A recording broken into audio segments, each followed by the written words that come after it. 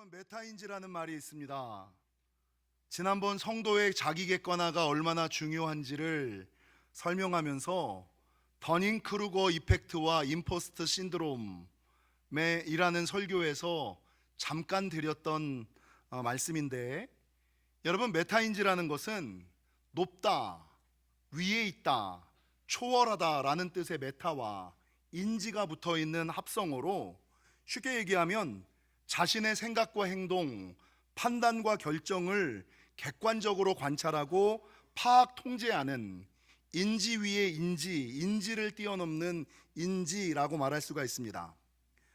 여러분, 이 메타인지라는 단어는 1976년 미국의 발달 심리학자인 존 플라벨이 창안한 용어로, 또 다른 말로는 상위인지, 초인지라는 단어로도 사용되어지고 있는데, 쉽게 얘기하면 이거예요. 여러분, 어떤 사람이 어떤 생각을 해요, 어떤 행동을 해요, 어떤 판단을 해요, 어떤 결정을 해요, 어떤 말을 해요.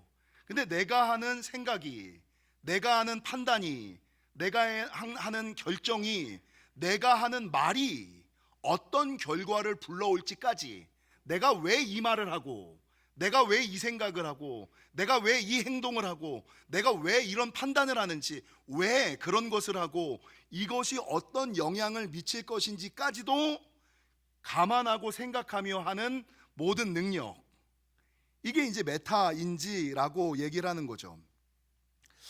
여러분, 메타인지는 제가 예전에 불교에 관심 있을 때 제가 종교학을 하고 철학을 좀 하지 않았습니까? 고등학교 때 한참 불교에 빠져 있었을 때, 민족 종교에 빠져 있었을 때, 불교의 수행법 가운데, 진리를 깨닫기 위한 불교의 수행법 가운데 관이라는 게 있어요. 관이라는 것이 있습니다. 근데 요즘에는 관 이렇게 얘기하지 아니하고 윗바사나 이렇게 부르더라고요. 산스크리트어를 그대로 가져다가 윗바사나 이렇게 부르더라고요. 관, 이게 메타인지랑 조금 비슷하고요. 카톨릭에서 기도하는 여러 가지 방법이 있는데, 그중 한 가지가 뭐냐면 관상기도라는 게 있어요. 그러니까 불교의 관, 카톨릭의 관상기도와 조금 비슷한 그런 것들을 했을 때 얻어지는 능력, 이게 메타인지. 여러분, 불교의 관이라는 것은 무엇이냐면, 좀 전에 제가 말씀드린 것처럼 내 생각과 감정, 갑자기 어떨 때 불안한 마음이 들어요, 의심이 들어와요, 분노가 생겨요, 그리고 부정적인 생각이 들어요. 그러면 과연 이 생각이, 이 감정이 어디에서 연유한 것일까? 이게 맞을까? 그리고 이 생각이, 감정이, 판단이, 행동이, 결정이 과연 나에게 유익할까? 진리에 맞을까? 이것을 통하여 선한 열매가 맺힐까? 아니면 악한 열매가 맺힐까? 이것들을 바라보는, 이게 관, 윗바사나라고 얘기를 해요. 여러분, 카톨릭에서 얘기하는 관상기도라는 것도 사실은 주님의 사랑을 바라보는 것이다 라고 이야기하지만, 이 관상기도의 관상의 한자는 볼관자에다가 생각상자예요. 자신의 생각을 바라보는 거예요. 내가 왜 이렇게 부정적인 생각을 하지? 내가 왜 이렇게 삐딱한 생각을 하지? 이 의심이 어디에서, 누구 때문에 생긴 거지? 그 생각을, 감정을, 판단을, 결정을, 행동의 이유와 원인을, 근원을, 결과를 유추하고 생각하고 바라보는 거, 그런 능력, 그런 방법이 불교에서는 윗바사나 관이라고 그러고, 카톨릭에서는 관상기도라고 이야기를 하는 거죠. 여러분, 2000년대 초반 한국에 아주 유명했던 드라마 가운데 태조 왕건이라는 드라마 기억나세요? 이 태조 왕건의 주인공은 원래 최수종이었어요. 최수종이었는데, 사실 주인공이었던 최수종보다 누가 더 떴냐면, 내가 미륵이로다. 기억나세요? 누구인가? 누가 기침 소리를 내었어. 기억 전혀 안 나세요? 재원아, 네가 2003년생이니까 이거 모르겠구나. 2000년도에 태어난 애들은 이걸 모르겠구나. 2000년대 초반에 태조 왕건이라는 김영철이라는 사람이 누구인가? 누가 기침 소리를 내었어. 누구인가? 누가 웃음소리를 내었어. 내가 관심법으로 보니 마구니로다. 마음에 마구니가 가득하도다. 이게 이제 김영철 씨의 젊은 애들은 전혀 몰라 그냥. 그런 유행어가 있거든요. 근데 그 당시 궁예로 나왔던 김영철이 궁예가 고려를 통치할 때 사용했던 관심법은 여러분 마음을 바라보는 거예요. 이게 불교의 수행 방법 가운데 하나에 내 마음을 바라보는 거죠. 내 마음이 과연 바른가 옳은가 맞는가, 내 마음의 부정은, 불안은, 분노는 어디에서 연유하는가, 이게 나에게 도움이 될까, 타인에게 기쁨이 될까, 이게 관심법, 자기의 마음을 바라보는 거예요. 근데 이 궁예가 자기 자신의 마음을 바라보라는 이 관심법을 잘못 사용하여 사실은 자기 마음을 오래 제대로 바라본 사람들은 타인의 마음도 바라볼 수가 있거든요. 그러니까 이 관심법을 오래 수행한 사람들은 타인의 마음까지도, 여러분 중보기도를 많이 한 사람들은, 중보기도의 경지에 오른 사람들은 타인의 아픔이 느껴지고 타인의 생각이 느껴지거든요. 마찬가지로 그 당시에 관심법을 오래 수행한 사람들은 내 마음을 오래 쳐다보다가 타인의 마음까지도 볼 수 있는 능력이 생기는데, 이 궁예는 이 관심법을 잘못 사용해서, 공포정치에 사용해서 잘못된 독심술로 이게 전락해버렸다. 근데 여러분 불교에서 말하는 윗바사나라든지 카톨릭에서 얘기하는 관상이라든지 이 궁예가 얘기했던 관심법, 이게 뭐냐? 우리의 마음을, 우리의 생각을 지키는 거예요. 지켜보는 거예요. 내 이 마음은 어디서 왔지? 내 이 생각은 어디서 왔지? 이 생각이 어떻게 자라지? 이 생각이 자라서 어떤 결과를 맺지? 이게 나에게 유익이 될까? 이게 나에게 도움이 될까? 앞날에 혹시나 내 생각이, 내 행동이, 내 판단이, 내 결정이, 내 말이 어떤 파급 효과를 가져올까? 어떤 후폭풍을 불러올까? 까지도 염두에 두는 능력, 이걸 메타인지라 그러는 거예요. 메타인지. 뭔지 대충 아시겠죠? 여러분 오늘 본문을 보십시오. 오늘 본문은 저와 여러분이 너무나 잘 알고 있는 어리석은 나발과 지혜로운 아비가일 이야기잖아요. 어리석은 나발과 지혜로운 아비가일 이야기잖아요. 하루는 다윗의 소년들이 나발을 찾아갑니다. 여러분 이 다윗의 군대들은 이 나발의 목자들이 광야에 있을 때 이들을 선대하였고, 이들이 도둑대들에게 도둑 맞지 않도록 그들의 양을 보호하였고 지켜주고 좋은 관계를 유지했다고요. 근데 이 다윗 군대가 먹을 것이 없자 이 나발을 찾아가서, 이 나발은 심히 부한 부자이기 때문에 오늘 본문 6절에 보니까 너는 평강하고 평강하고 평강하라 3번이나 축복하잖아요. 여러분 본문 8절에 보니까 내 소년들에게 물으면 그들이 내게 말하리라. 그러니까 우리가 당신에게 어떻게 했는지를, 얼마나 선대하고 후대했는지를 알 거다라는 생각에, 그러면서 말하기를 뭐라고 말을 하냐면, 그런즉 내 소년들이 내게 무엇을 얻게 하라? 은혜를 얻게 하라. 여러분 누가 힘이 세요? 다윗의 군대가 힘이 세거든요. 근데 그 나발에게 가서 도움을 청할 때, 은혜를 구할 때 뭐라고 얘기하냐면 나로 은혜를 얻게 하라. 이 은혜로 얻게 하라라고 이야기를 하면서 축복하고, 먼저 축복하고 은혜를 얻게 하라라고 말하는 건 뭐냐? 우리가 좋은 관계로 왔고 아주 겸손하고 정중하게, 아주 겸손하게 자기를 낮춰서 나로 은혜를 입게 해주세요, 먹을 거를 좀 나눠주세요, 이렇게 정중하게 예의 바르게 얘기를 하는 거예요. 근데 이 예의 바른 다윗의 소년들의 이야기를, 청을 이 나발이 어떻게 대접을 해요? 오늘 본문에 보면 성경은 이 나발이, 어리석은 나발이 다윗의 사람들을 박대하고 모욕하였다. 아니 우리는 선하게 대했는데, 우리는 존중하고 존경하고 축복하고 겸손하게 낮은 자세로 대했는데, 이 사람들은 우리가 그에게 베푼 은혜를 기억하지 못하고 오히려 모욕하고 박대하였다라고 성경은 기록하고 있어요. 여러분 이 소식을 들은 그러자 그 소식을 들은 다윗이, 우리는 선대하였는데 우리를 박대했다는 그 소식을 들은 다윗이 화가 나죠.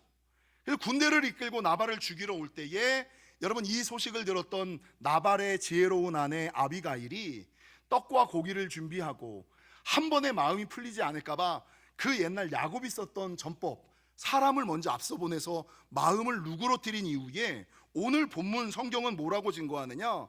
이 아비가일이 본문 23절에 보니까 다윗 앞에 엎드려 얼굴을 땅에 대고 간청하였다.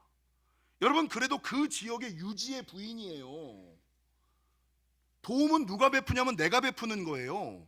근데 그럼에도 불구하고 이 아비가일은 다윗 앞에 엎드려 얼굴을 땅에 대고 간청하면서 다윗의 노를 풀었죠. 여러분, 이 일을 통하여 제가 말씀드리고자 하는 것은, 오늘 성경에서 나발을 표현할 때 그는 악하고 불량하다, 모욕하고 박대하였다라고 이야기하는데, 이거를 현대적인 용어로 말하면 뭐라고 표현할 수 있냐면, 나발은 어리석었을 뿐만 아니라 왜 어리석었을까? 메타인지가 박살났기 때문이다. 여러분, 그들이, 다윗의 군대들이 와가지고 나에게 요청하는 모습을 보면 이게 어떻게 될 거라는 걸 몰라요? 내가 거절하고 내가 모욕하고 내가 박대하면 그 화살이 나에게 돌아온다는 거 어린아이도 조금만 생각해 보면 알잖아. 내가 그러면 내가 소리 지르면 저쪽에서도 소리 지르고, 여러분 어떻게 될 거라는 걸 알잖아요. 근데 나발은 너무나 오래 살았고 너무나 부를 많이 가지고 너무나 권력을 많이 가졌다고 생각하는 이유로 남의 눈치를 보지 않는 거야. 메타인지가 박살이 나지 않는 거야. 그 당시에 자기가 품었던 생각대로, 자기의 감정대로 하고 싶은 말을 막 내뱉는 거야. 반대로 오늘 본문에 지혜롭고 총명하다라고 얘기했던 아비가일은 어때요? 성경에서는 지혜롭고 총명하다라고 얘기를 하는데, 이게 현대적인 용어로 뭐예요? 나발은 메타인지가 박살난 사람이었다면 아비가일은 메타인지가 탁월했던 사람이에요. 여러분, 이 다윗이 앞으로 우리가 그렇게 대했을 때 그 후폭풍이, 그 파급 효과가 어떻게 올 거라는 것을 아비가일은 읽는 거죠. 미래가 어떻게 열릴 거라는 것을 읽는 거죠. 메타인지가 탁월한 거예요. 그러니까 이 메타인지가 탁월하니까 서둘러서 떡을 굽고 고기를 삶고 사람을 먼저 보내며 그냥 해서는 안 되겠다라는 생각에 먼 훗날 이 다윗이 이스라엘의 왕이 됐을 때까지도 바라보면서 이 다윗 앞에 무릎을 꿇고 땅을 대며 간청하는 자세를 보이는 거, 이게 메타인지가 박살난 나발과 메타인지가 탁월했던 아비가일의 모습을 대표적으로 보여주는 거죠. 여러분, 오늘 본문에서 메타인지를 보여주는 표현이 하나 있는데, 본문 17절에 나발의 사환들이 이 아비가일에게 뭐라고 얘기하냐면, 그런즉 이제 당신은 어떻게 할지를 알아 생각하실는지. 어떤 문제를 맞닥뜨렸어요. 어떤 상황에 맞닥뜨렸어요. 그러면 내가 이 상황 가운데서 어떤 생각, 어떤 판단, 어떤 말, 어떤 행동, 어떤 생각을 하면 어떻게 될 것인지를 최소한 뭐 하라고요? 어떻게 될 건지를 생각하실는지. 최소한 이게 어떻게 될 건지를 생각할 수 있는 능력. 그냥 말이라고 다 하고 그 상황에 맞게끔 하고 싶은 대로 다 하는 그게 아니라, 지금 내 말이 어떤 결과를 불러오고, 지금 내 생각이 어떤 결과를 불러오고, 지금 내 판단이 어떤 결과를 불러오고, 지금 내 결정이 어떤 결과를 불러올지, 어떤 후폭풍이 있을지, 어떤 파급 효과가 있을지를 최소한 어떻게 하실는지를 생각하는 능력, 이게 그 사람이 메타인지가 있느냐 메타인지가 없느냐를 보여주는 모습이라는 거죠. 여러분, 오늘 본문 메타인지가 박살난 나발의 최후는 어떻게 됐어요? 하나님이 심판하셨잖아요. 죽음에 이르렀잖아요. 근데 메타인지가 탁월했던 아비가일은 어떻게 됩니까? 훗날 다윗의 아내가 되잖아요. 다윗 왕국이 임할 때 그 나라의 왕비가 되잖아요. 사랑하는 성도 여러분, 2026년 우리 영지교회의 표어가 신앙의 한계와 성장의 한계를 돌파하는 거예요. 근데 우리 영지교회에 있는 성도들이 신앙의 한계를 돌파하고 성장의 한계를 돌파하기 위하여 해야 될 것들이 많이 있지만, 지난 시간에는 뭐 하자고요? 인사, 봉사, 감사하는 신앙이 되자. 근데 인사하고 봉사하고 감사하는, 인사 잘하는 성도, 봉사하는 성도, 감사하는 성도가 되는 것 이외에 정말 필요한 게 뭘까를 고민하던 게 뭡니까? 자기 객관화를 하고 메타인지 신앙과 영성을 좀 가져야지 된다. 교회 안에서 내가 이 말을 하면 이 말이 어떤 후폭풍과 파급 효과를 가져올지, 특별히 교회의 지도자들, 여러분 성도가 청년들이 한마디 하면 그러려니 해요. 근데 청년들 중에서도 리더가 한마디 하면 다르죠. 그냥 성도가 한마디 하면 그러려니 해요. 근데 교회의 유력한 권사님이, 장로님이 한마디 하는 것은 틀리죠. 그러니까 내 말이 그냥 나는 아무 생각 없이 던지는, 툭툭 던지는 말이, 나는 그냥 상황에 하서 하는 행동이, 표정이 여러분 어떤 결과를 불러올지를 최소한 생각하고, 어떤 미래가 나에게 닥쳐올지를 최소한 생각하는 신앙과 영성, 이게 우리 영지교회에 정말 필요한 메타인지 신앙과 영성이다라는 생각을 했다라는 것이죠. 여러분, 메타인지 신앙과 영성이란 내가 지금 하는 생각과 행동, 판단과 결정, 특별히 말이 어떤 파급력과 후폭풍을 가지고 올지까지 생각하고 실행하는 능력, 이게 메타인지 신앙과 영성이에요. 여러분, 가끔 인간관계를 해보거나 교회 안에서 사람이랑 만나다 보면 이렇게 말하는 사람들 있죠. 난 원래 솔직한 사람이야. 난 하고 싶은 말은 해. 나는 별뜻 없이 한 말이야. 난 아무 생각 없이 한 소리예요. 난 그런 의도가 아니었어요. 이런 얘기 많이 듣죠. 여러분, 이런 표현을 하는 사람들의 공통점이 뭘까요? 타인에게 무례하고 상처를 주는 거죠. 타인에게 무례하고 상처를 준대. 근데 자기는 솔직해서 그런 거래. 자기는 아싸란 거래. 나는 그런 의도가 아니었대. 나는 그런 생각이 아니었대. 그렇게 얘기하면 해결이 되나요? 여러분, 이렇게 얘기하는 사람들의 공통점은, 여러분, 이 사람들이 솔직하거나 의도가 없는 사람이라는 것도 맞지만, 그 사람이 정말 솔직해서 그런 걸 수 있어. 그 사람은 진짜 의도 없이 생각 없이 한 말일 수가 있어. 근데 그게 솔직하고 의도 없이 생각 없이 한 말이기는 하지만, 사실 이거는 타인의 눈치를 보지 않는 신앙이에요. 그리고 더 나아가서 자기중심적이고 메타인지가 떨어지는 사람들이 하는 표현이에요. 아니, 목사의 한마디가, 장로의 한마디가, 권사의 한마디가, 안수집사의 한마디가 얼마나 중요한지를 몰라? 구역장의 한마디가 얼마나 중요한지를 몰라? 그리고 나서 다 뱉고 나서, 저지르고 나서, 나는 솔직한 사람이라, 나는 의도 없이 한 말이에요. 난 생각 없이 한 말이에요. 나는 그런 의도가 아니었어요. 그러면 끝나. 그 후에 다가올 후폭풍은, 그 말을 듣고 상처 입을, 그 말을 듣고 의심이 자라날, 교회를 멀리할, 신앙을 부정할 그 사람들에 대한 책임은 어떻게 할 거예요?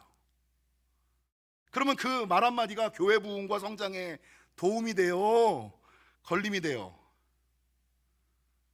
그러니까 여러분, 교회 안에서 말 한마디를 하든가, 어떤 감정 표현을 하든가, 어떤 생각을 하든가, 행동을 하든가, 판단을 하든가, 결정을 하든가, 내 생각과 행동과 판단과 결정과 말이 어떤 결과를 가지고 올지를 최소한 인지하고 있는, 그리고 나서 말하고, 그리고 나서 생각하고, 그러고 나서 행동하고, 그리고 나서 판단하고, 그리고 나서 결정하는 이 메타인지가 조금 탁월한 신앙과 영성을 가져야, 감정에 솔직한 것이 아니라 말씀에 솔직한 사람들이 되셔야지요. 여러분, 요즘에 젊은 애들이 가끔 그 농담 속에 진담이라고 하는 표현이 있어요. 너 메타인지 박살났어? 이런 표현 젊은 애들이 쓰죠. 너 메타인지 박살났어? 이게 무슨 말이에요?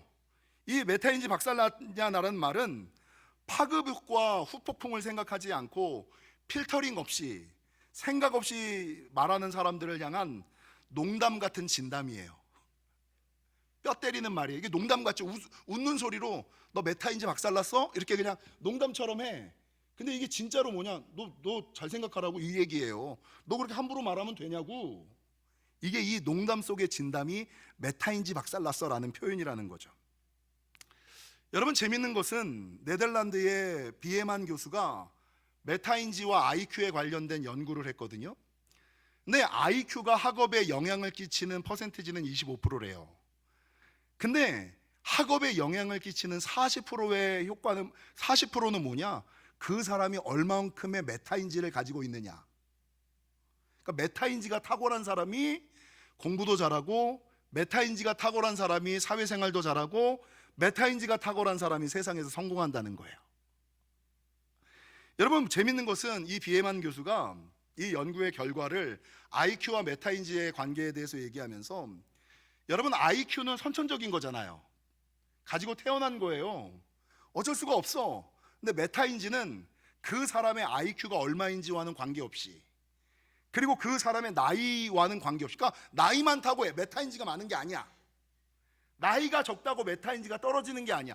그 사람의 IQ나 그 사람의 나이와는 관계없이 후천적인 훈련으로만 얻어지는 능력이 메타인지다.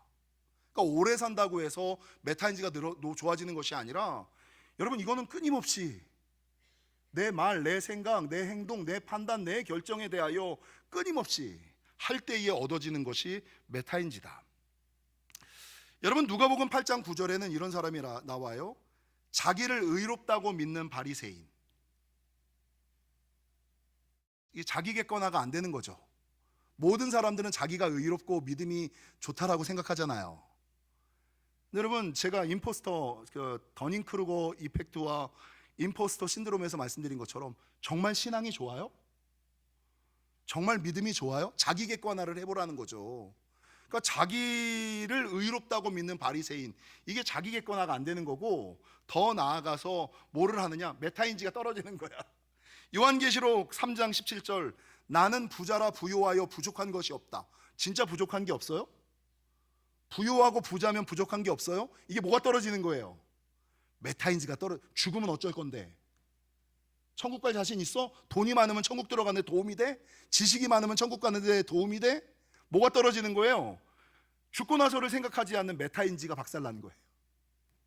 메타인지가 반대로 누가복음 14장 28절, 너희 중에 누가 망대를 세우고자 할진대 자기의 가진 것이 준공하기까지의 족할는지 먼저 앉아 그 비용을 계산하지 아니하겠느냐. 이 말씀이 뭐예요? 뭔가를 하나 세우려고 그래요. 그러면 내가 이걸 세울 수 있는 힘이 있는가, 능력이 있는가, 물질이 있는가를 먼저 고민하고 계산해보고 나서 이걸 일을 시작해야 되잖아요. 이게 무슨 말이에요? 여러분, 사람들이 자기 이익과 관련된 일, 자기 생업이나 사업과 관련된 일은 철저하게 계산하고 세상 말로 통밥을 굴리고 나서 시작하죠. 근데 교회 일은 그렇게 하냐고요? 인간관계에서의 말은 그렇게 하냐고요? 계산하고 나서 내가 이 말을 하고, 내가 이 행동을 하고, 내가 이 감정을 쏟고, 이 판단을 하고, 이 결정을 하면 이게 나에게 어떤 영향력이 있고, 하나님은 과연 얼마나 기뻐하시고, 이게 어떤 후폭풍과 파급 효과를 가져오는지를 계산하는 사람이 있냐는 거예요. 아니, 자기 이익과 관련된 일, 생업과 사업에 있어서는 그렇게 철저하게 계산을 하는데 왜 신앙의 영역에서는, 교회 생활에서는 계산하지 않고 생각하지 않냐는 거죠. 그러니까 교회 생활, 신앙 생활에서도 네 말과 혀에서도 메타인지를 좀 가져라. 메타인지 신앙과 영성을 좀 가져라. 이게 이 말이라는 거죠. 사랑하는 성도 여러분, 메타인지 신앙과 영성은 지난 시간 말씀드린 것처럼 자신이 더닝크루거 효과와 임포스터 신드롬에 잡혀 있지는 않은지 자기를 객관화하는 것이고요. 내가 내 자신을 판단하는 것이 아니라 내가 타인이 하나님 앞에 자신을 묻는 거고요. 여러분, 메타인지 신앙과 영성이라는 것은 무엇이냐? 생각하고 행동하고 판단하고 결정하기 전에 먼저 뭐 하는 거예요? 먼저 뭘 해야지 메타인지가 생길까요? 말하기 전에? 생각하기 전에? 내 안에 무슨 이상한 생각이 들었어. 그럼 이 생각이 내 머리에 자리 잡기 전에 먼저 뭐 해야 돼요? 하나님께 기도로 물으셔야죠. 내 생각이 맞는지. 근데 기도하지 않고 생각 먼저 하니까 이 생각이 내 머리에 자리 잡아서 뭐가 생겨요? 생각의 견고한 진, 의심과 불신, 부정함과 삐딱함으로 자리 잡아버리는 거예요. 말하기 전에, 생각하기 전에 뭐 하라? 기도하라. 그리고 내 말이, 내 생각이, 내 행동이 맞는지 옳는지 뭐 하라?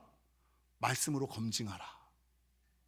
그래서 말씀과 기도, 요게 메타인지 신앙과 영성을 키우는 가장 중요한, 말하기 전에 기도하고, 행동하기 전에 기도하고, 판단하기 전에 기도하고, 그리고 기도만 하지 말고, 기도하면 자기 생각대로 응답을 받거든요.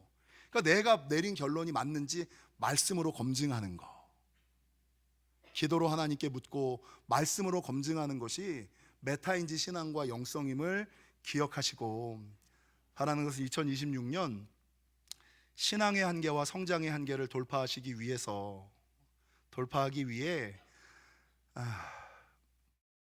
메타인지 신앙과 영성을 가지시는 저와 여러분이 되시기를 주님의 이름으로 간절히 축원합니다.